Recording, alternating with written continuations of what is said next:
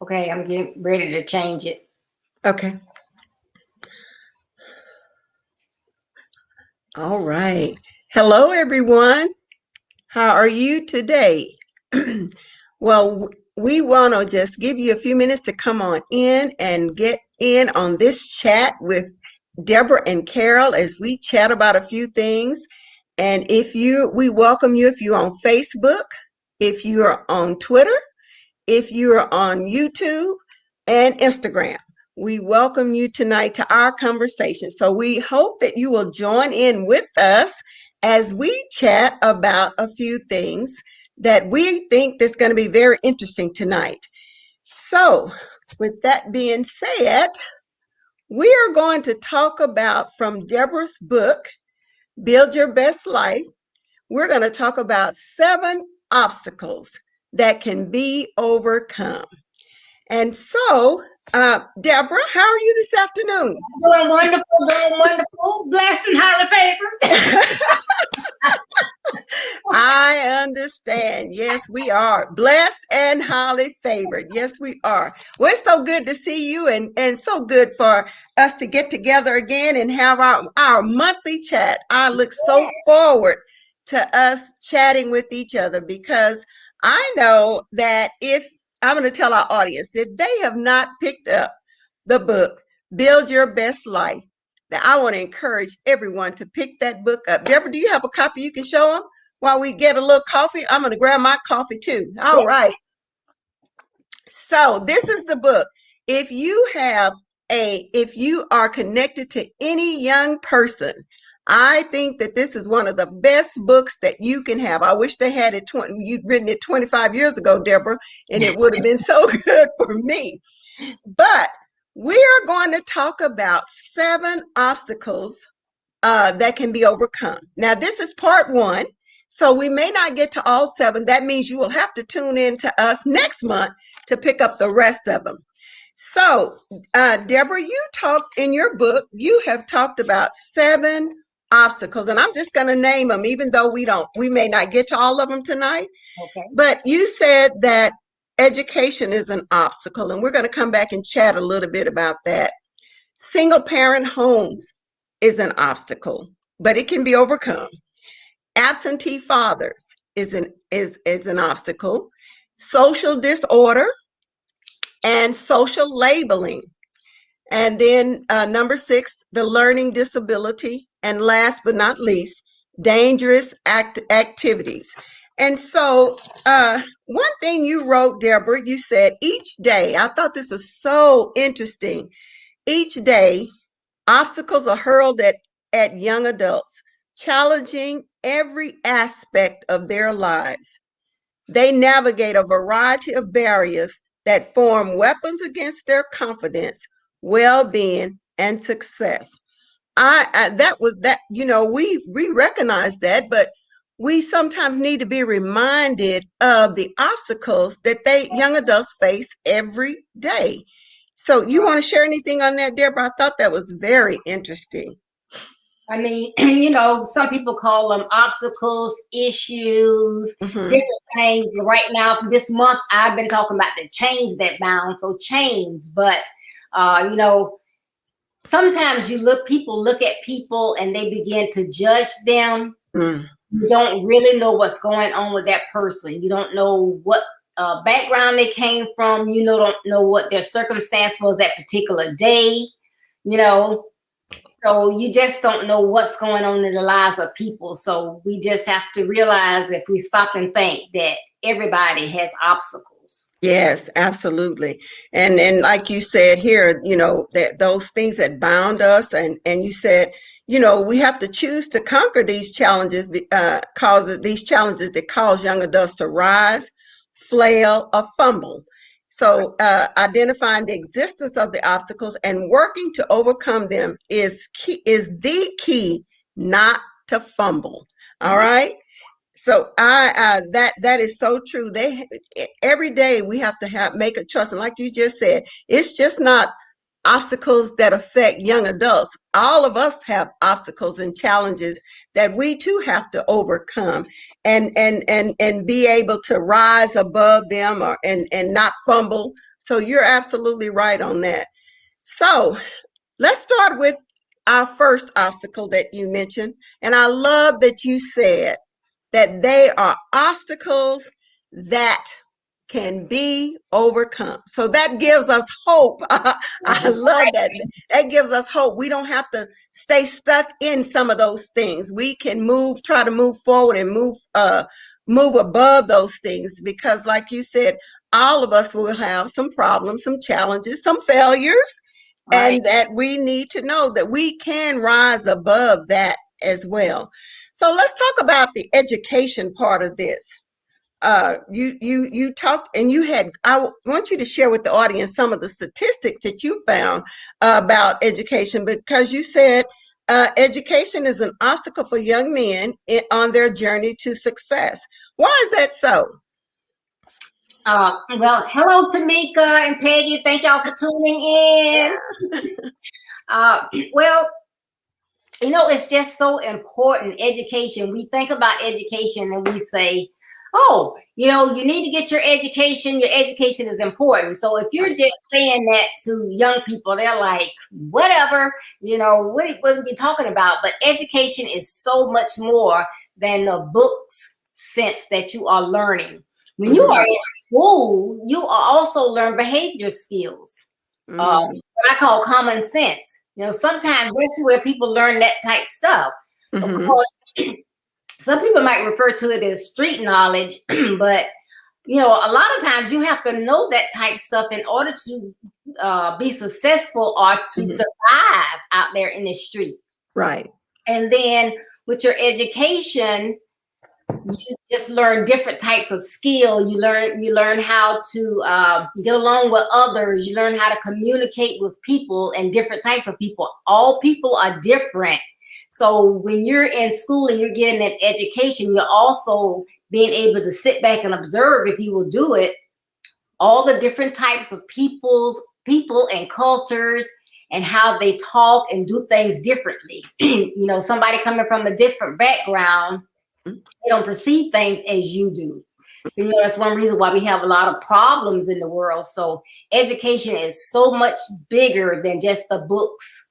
Yes. And I like that too, because you're right. It helps us develop social skill. And we see now, since we've been in this pandemic, how our children are suffering somewhat because they haven't been able to have that. Some of them haven't been able to go back to school, and some have, but they miss that aspect of that socializing and being able to connect with other people. And like you said, learn from others as well. So you're absolutely right on that. But also, you talked about some of the dropout rates. That was kind of alarming, and I looked some of that up. And when you wrote this, and I think you wrote it like in 2017. But I looked it up, and some of these are still some true numbers that are going on now, as far as the dropout rates. You want to share anything with that? right? I wrote the book in 2020, but the statistics that I was able to gather at that time are from Mm-hmm. 2017, and it just showed the difference in, the different ethnic groups, and of Mm-hmm. course, where the lowest dropout rate was 4.3%, and then the highest was 10.1, and we're right there at 8.2. Wow. Mm-hmm. So as an ethnic group, we are way up there as far as dropout rates. So that's another thing you have to figure out. Okay, so why are so many of our young people dropping out? They need that education. Right, right. We would hope that they're not thinking, well, if I, complete high school, I have to go to college, because they don't, because everybody is not suited for college.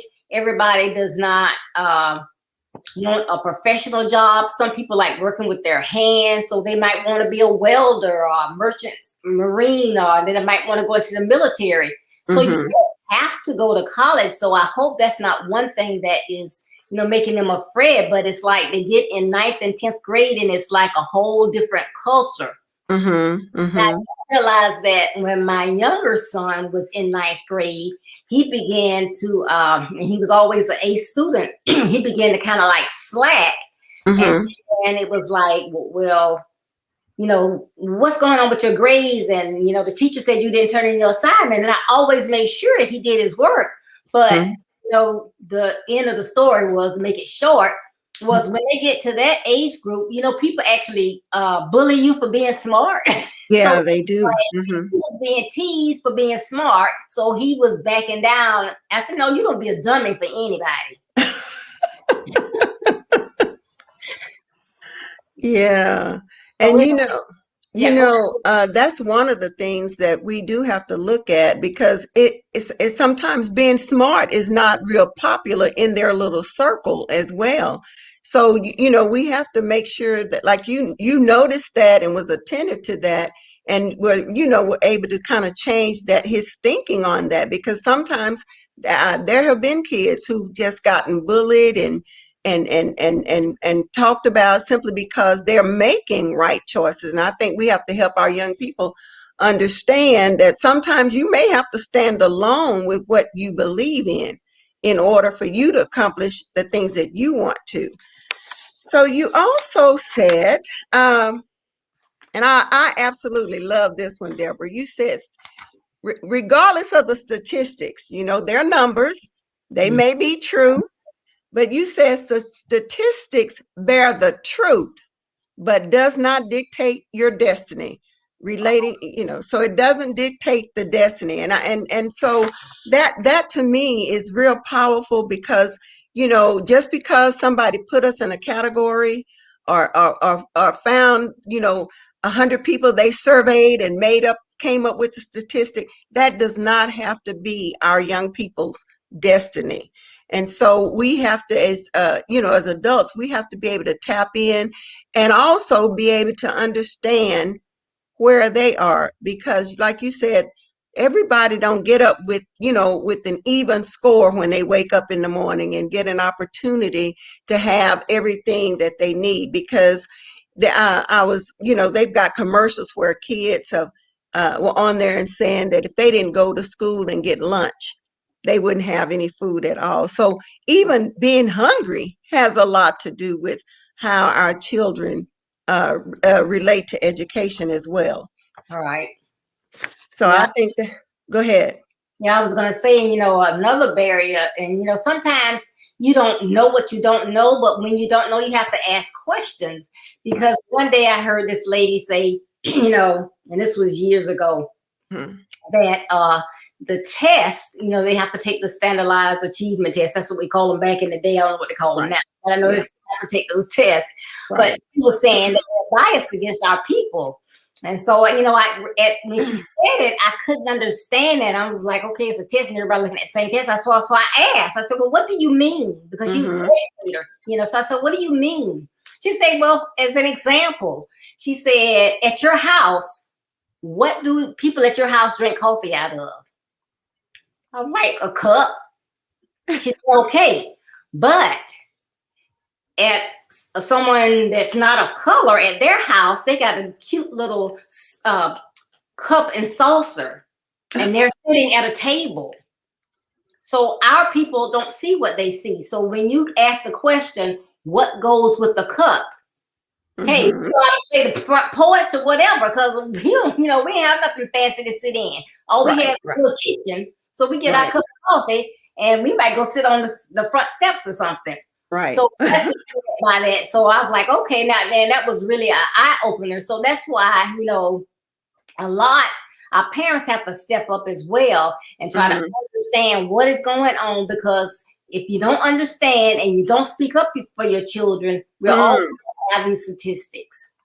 Yeah, you're absolutely right. And those tests, I totally agree, they're biased, and they can be biased now according to what part of the United States you live in. Some of those things can be biased because there can be things that up north that people may look at and have, where they put all those tests together and have access to that. And then when we come to the southern part of the United States, those they will not be the same. So it's important that like you say, it's important that parents connect and try to get their children in the best possible place to understand those tests, even if it means sometimes we have to go and hire tutors to help them with that. That's a way we can step out. And so but anyway, you said too, education is essential path for young men. That young men need to travel. While traveling this path, you should avoid detours, U-turns, detours and U-turns. And focus is important in following the designated course. So slowdowns are permitted, but no stops are along for the way to reaching your goals. So slowdowns are permitted, but no stops along the way to reaching your goals. You want to talk about that? Right. You have to keep going because, like I said, you sometimes you never know what you're going to wake up to, what things going to happen in life. Somebody can be very well-to-do, high-income family, everything. They have their big home, they have a summer home, they have 3 or 4 cars in the driveway and everything as well. And, they walk around being bougie with their noses up in the air. What do you say, being bougie, huh? So, but one major illness comes. Right. So now you only have one income in that family. Then this illness goes on for years and it starts eating into your savings. Right. And then you had a retirement, and it goes into that. You could end up homeless. You could. You really could. So, you never know what's going to happen. So that's why, you never look down on other people, because you don't know where they're coming from, like I said again. So when you're able to do something, you want to continue to do it, So sometimes you just can't, but if you can, you keep going, you don't stop. If you have to stop, slow down long enough to get some help, Right. Like they don't stop, they keep walking. Right. Yeah. Slow down just enough to get a little bit momentum going so you can keep going. Yeah. And so, yes, you're so right that you can't let you can't let those things detour you.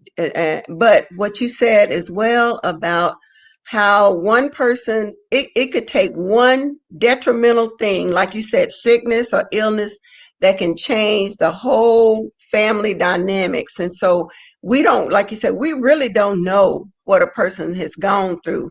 But you have to just, even when, like they say, tests and trials, we all gonna have. Everybody gonna have a flat tire every now and then. Everybody can have a test, but the tests are there to prove, that we can make it through and for us to depend upon God.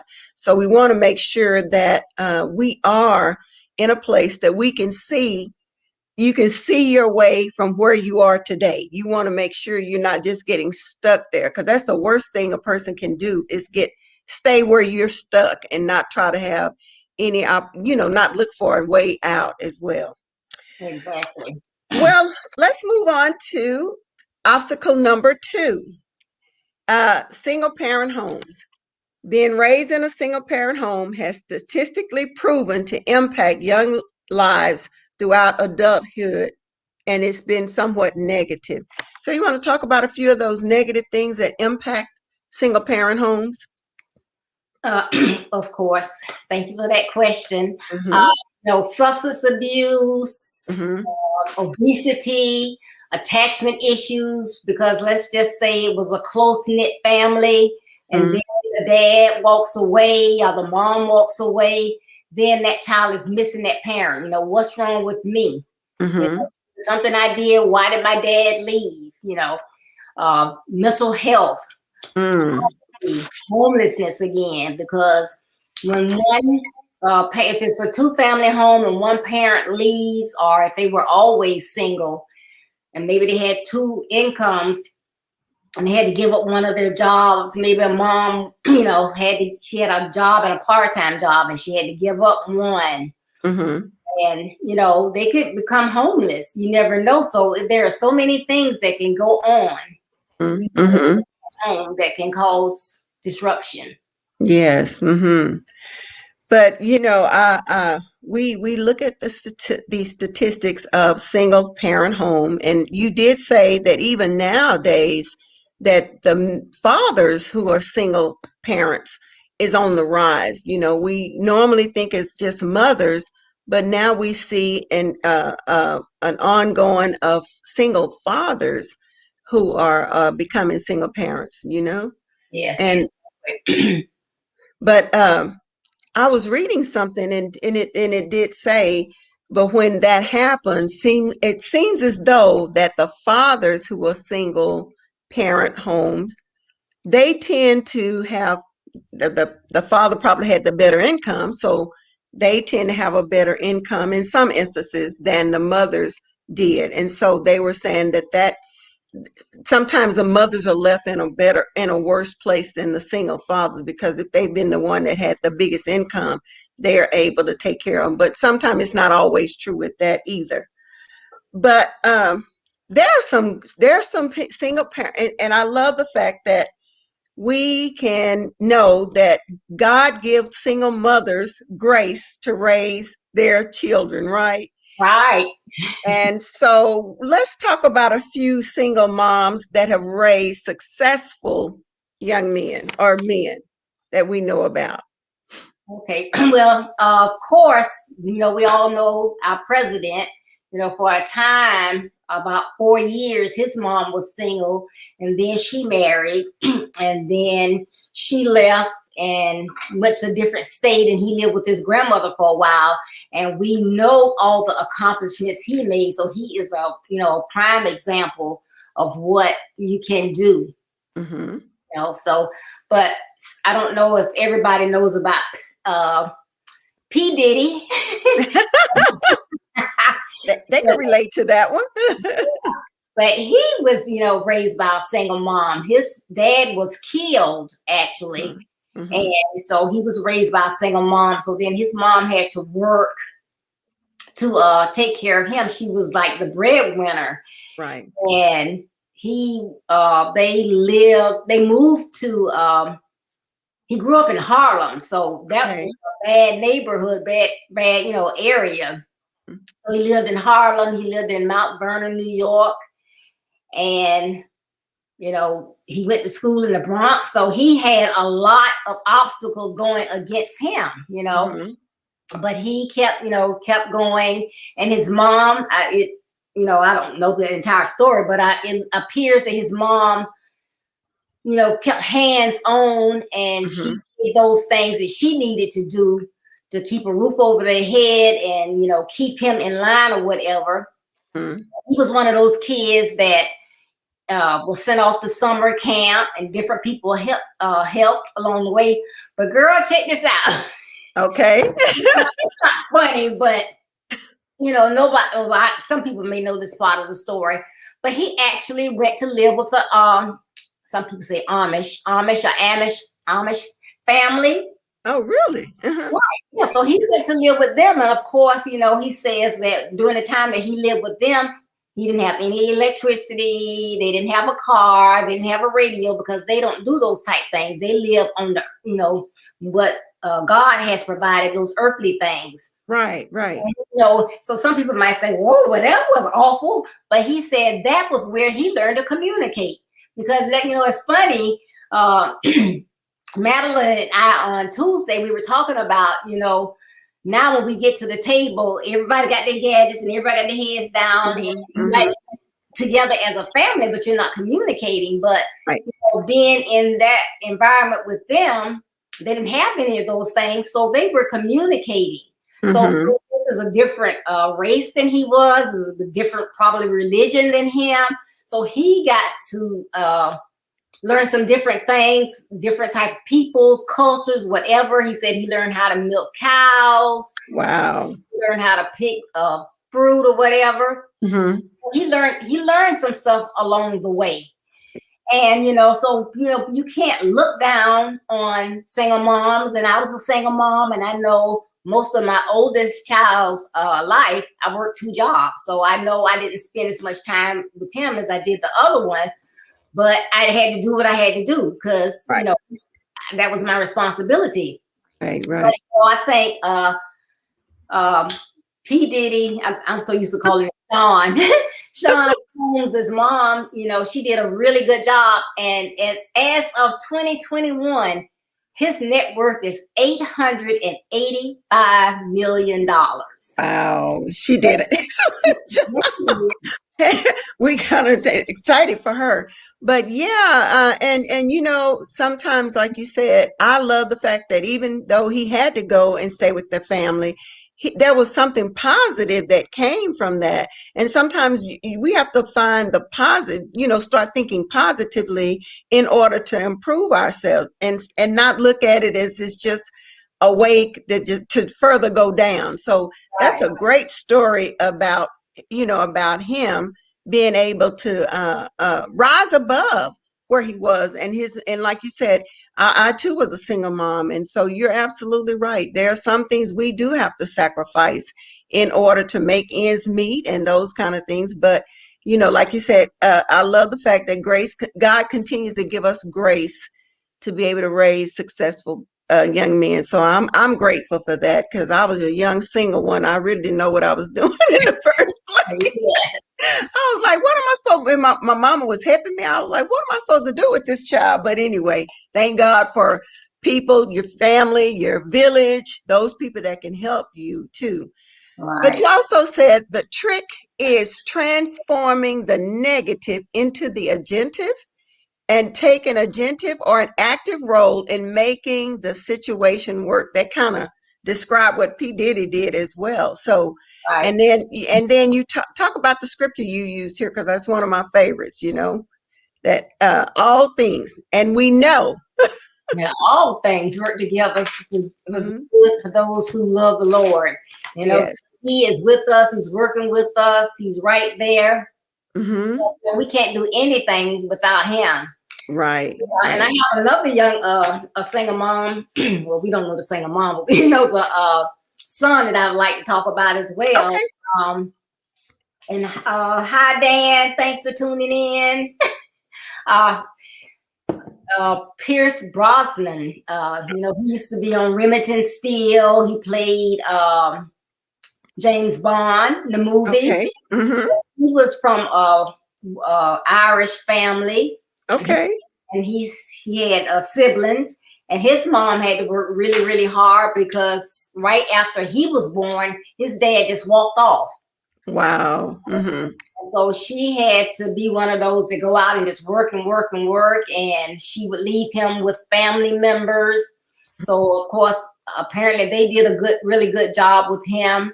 So he said he learned, and it bothered him most of his life, he said. But of course, when he was doing the acting and whatever, people never knew, like the pain inside. Dad just walked away. And he said that when he was 31 years old, he had an opportunity to meet his dad, Tom. And he said, his dad had a nice walk and he could whistle, but other than that, he doesn't know because that was the one and only time he got to meet him. Oh, wow. So, look at the work that his mom does, did with him. And, he said because of how his dad walked off and the things that his mom did, when he decided to have a family, he was going to make sure that he didn't do those type things. And so he did marry, and he had a son and a daughter. And then his wife got sick with cancer. And she passed away and left him. But he's like, these are my kids. She's gone. And so he stepped up and did everything that he could to be a great dad to those kids. So, that's another story about, he didn't let that pass, even though it hurt him. I guess maybe once he got a chance to meet his dad, it was like, okay, I'm not missing much. He decided he wasn't missing much, right? He could forgive him, he went on with his life, and and he, as of this year, he's worth $225 million. So wow. It's just awesome, and I don't want young men. I know I talk a lot of things that seem like they are, woe is me, wow. But I just want you to know some of those things that I know that you are going through. When I tell you about what you can do better, that you want to step up and say, hey, if you can help me, I'm in. Right. So it just makes a difference. It does. And I love too that you said, even though you talk about it and you talk about it constantly, wanting to see young men be able to have a much better life. And based on experience that you shared with them, that to me is how important it is that you are so connected and want so passionately for them to have a better life. And even though they get the book and someone share the book and share the principles in this book that you say that will continue on, it is so important that they not only hear the word, but they have to embrace what's being said and what's being taught and the avenues that, the options that are being given to help them look up and help them look above where they are. And so they have to embrace some of the things and be able to put it to work, right? And apply it. That's what you said. Embrace it and apply it. Yeah. Because it's no need to have a lot of information and there's no transformation. I think that's what you said too. We want to be transformed. That is the trick in transforming, that you've got to take the information and embrace it and apply it. Yes, definitely. Yeah, because that's what we want, transformation. And that's what we want from all, from whatever we do, we should want to look forward to something being changed, something that somebody has said or we've experienced. And even when we fail, we know that we ought to learn something from failure as well. So we want to make sure that that's not a wasted thing. A failure is not wasted. We want to make sure that we are learning some things from it, so that we can help, that failure can be a stepping stone to where you want to go as well. Yes. Right. Well, let's move on to absentee fathers. You said not having I love what you said, an active father present in your life is a brutal and painful obstacle. Let's talk about that a little bit. Right. Like I said, a lot of our young people, when things, depending on how they are raised as well, when something bothers a young man, they may have been taught, hey, you stand up like a man, you don't cry, you don't do this. So they hold those emotions inside. And so they have to let it out somewhere. So it does impact them. But you never know what they're thinking. Like I said before, well, why is my dad gone? Right. What did I do? Was it something I did? Does he not love me? Why did he leave? So it impacts in a lot of different ways. based on the research that I did, Mhm. uh, they said that young men whose fathers have gone and they're not in their lives and they don't have a role model, a male role model, they have a higher chance of being poor performers in school. Mhm. Mhm. They suffer from low self-esteem, Right. Mhm. from depression. And we know what comes from depression. When they got low self-esteem, then they start feeling depressed. Mm. Then here comes the thoughts of suicide. And I've said before, suicide is like the second or third highest cause of death among young men ages 15 to 24. Wow. Mhm. That's Mhm. why, I found, well, I did the statistics, but even before I did this, I was really surprised one Sunday. On third Sundays, we had Children and Youth Sunday before COVID, and we were in church. And this one particular Sunday, the children and youth were performing, and Mhm. sang a particular song in there, and it was talking about being helped and being and hurting. And the teenagers began to break down, and I'm like, what's going on? But it was like two or three of them that actually had thought about suicide.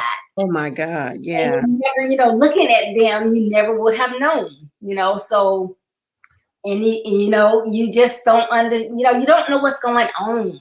Don't. I You say, really don't.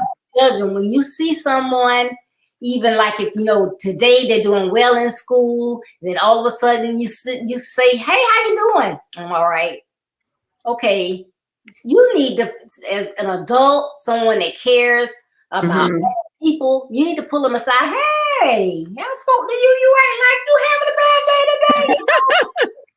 Right? You're not gonna really say now, what's going on, but just have Right. a conversation. What's going on? I always Right. see your smile. You're not smiling today.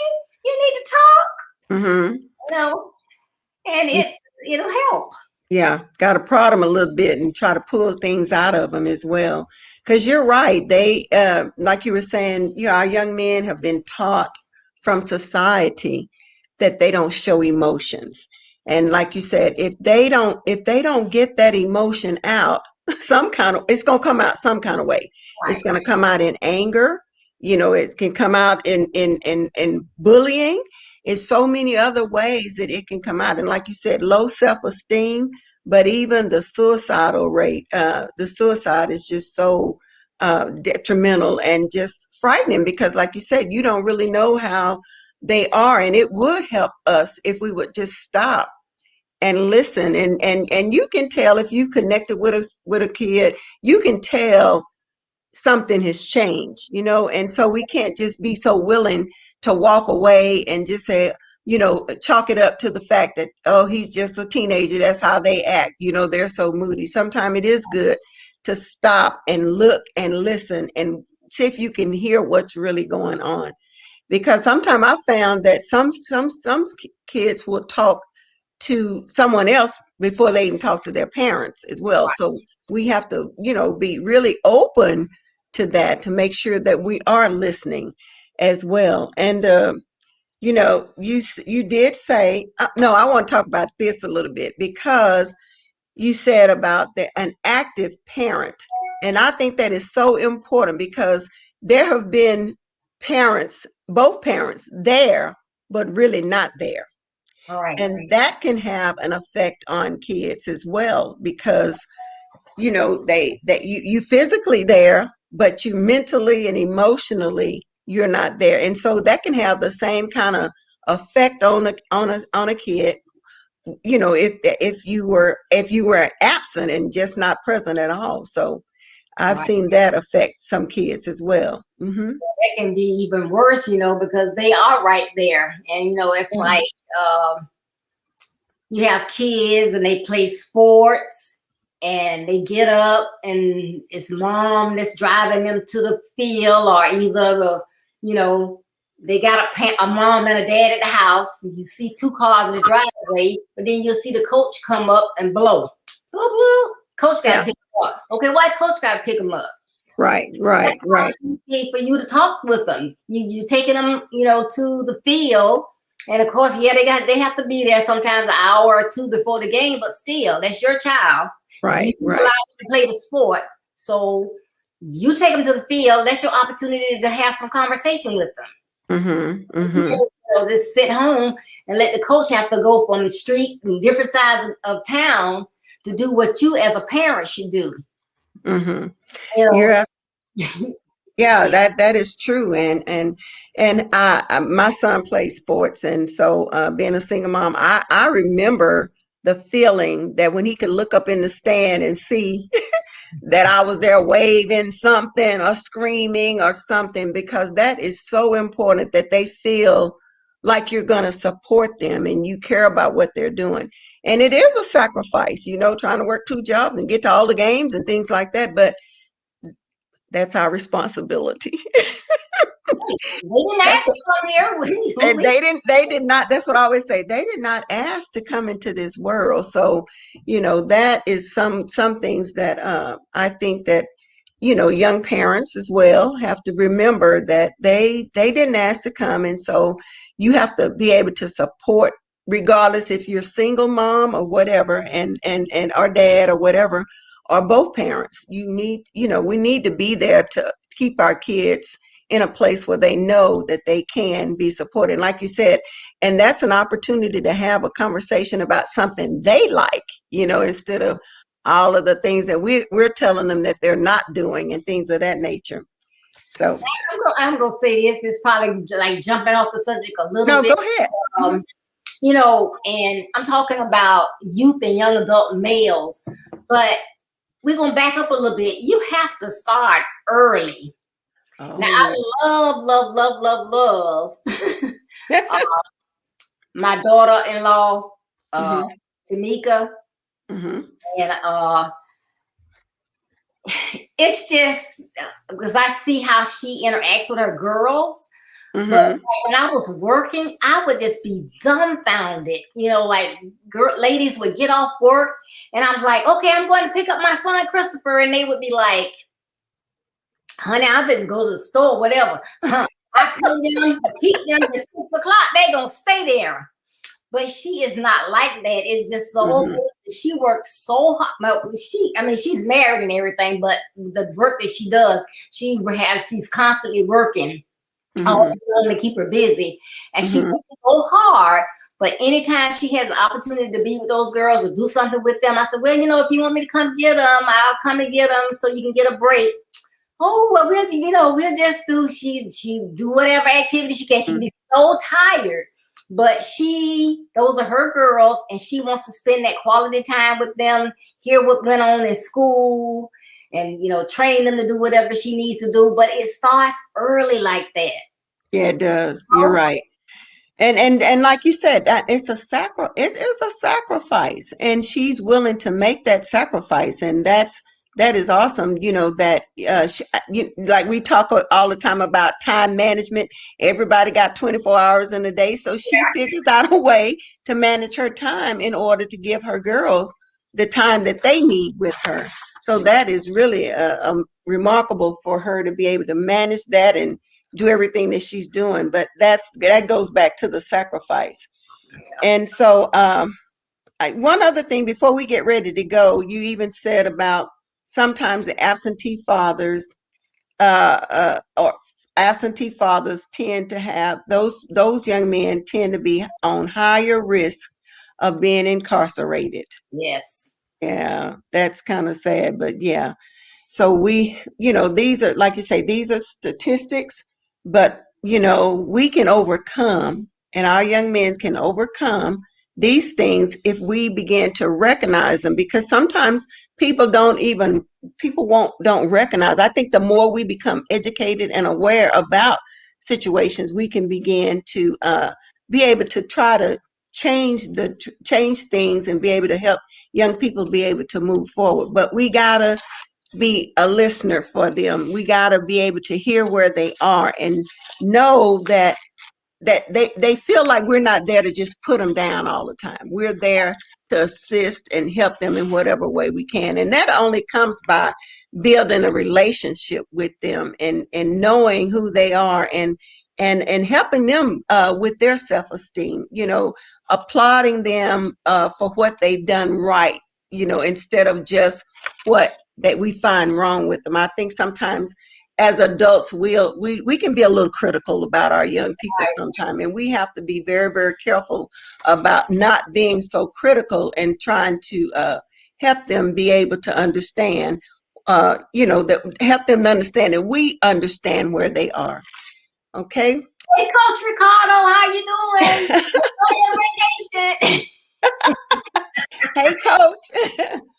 Well, Deborah, this has been great conversation. Do you have any last minute thoughts that you want to share about the 4 things that we shared about these obstacles? 7 obstacles that can be overcome. That is hope for all of us to know that these may be a problem, but from these problems, we can overcome. And I love what you say, and they can win. They can become victorious in this. So you have any last minute thoughts on there that you want to share? Just to say, don't give up, a young man. Don't give up. Parents, please, please, please take this opportunity to listen. Mm-hmm. Step up for your children. They need you. You have to be open to listen. Watch out for those signs, what's going on. I know it's a busy world. We're all busy. We're all moving.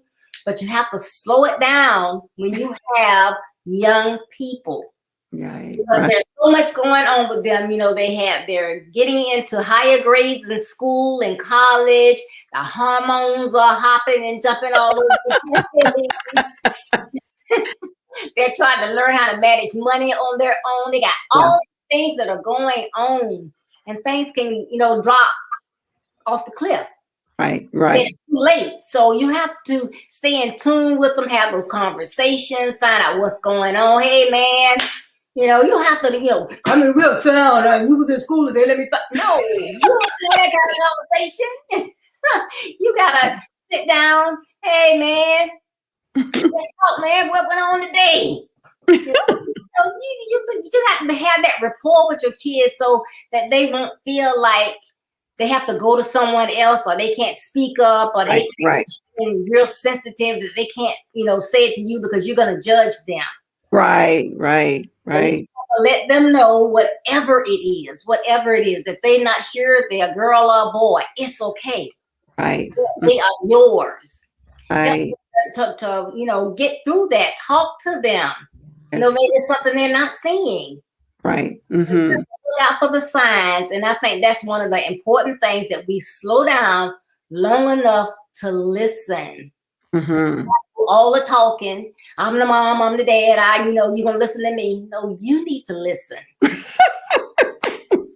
That's the only way that you're going to get what they need to help them. You're not trying to help mom and dad. You're trying to help our children, young men.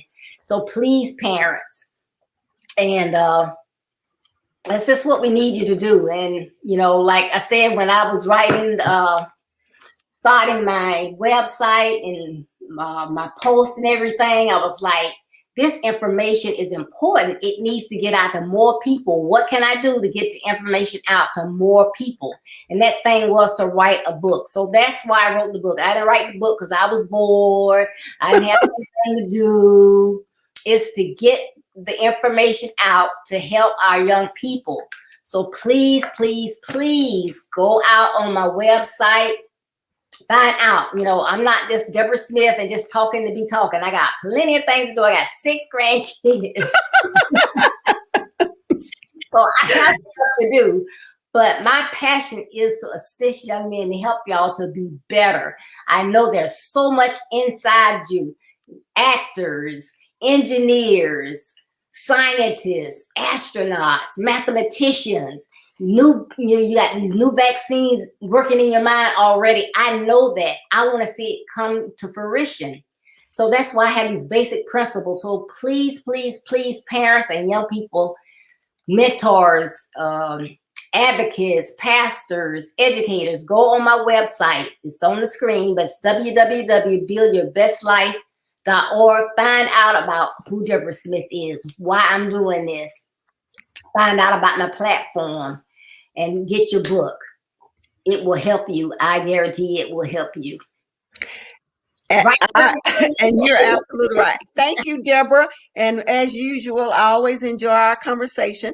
And you all have to tune in for the next the part 2 of these obstacles, because we didn't give them all to you because we wanted to be able to spend time and share the ones that that we've given you. So we've talked about how you can overcome education with single parent homes, absentee fathers. And so we are going to make sure that we pick up the next ones that we're going to do. And you want to make sure you're looking forward to that when we get together next month with Deborah and Carol as we chat over our coffee and just have a little girlfriend talk. Thank you for tuning in. And so, Deborah, let's get our coffee ready. All We'll right. talk to each other another time. All right. And before you go, remember, as you go on your journey to be a better you, there will be obstacles, pitfalls, rough terrain, and detours. Don't let any of those negative aspects stop you. Though they may slow you down, keep going to be a better you so that you can build your best life. Love All you. right. Thank you for tuning in. Be blessed. Be blessed. Bye-bye.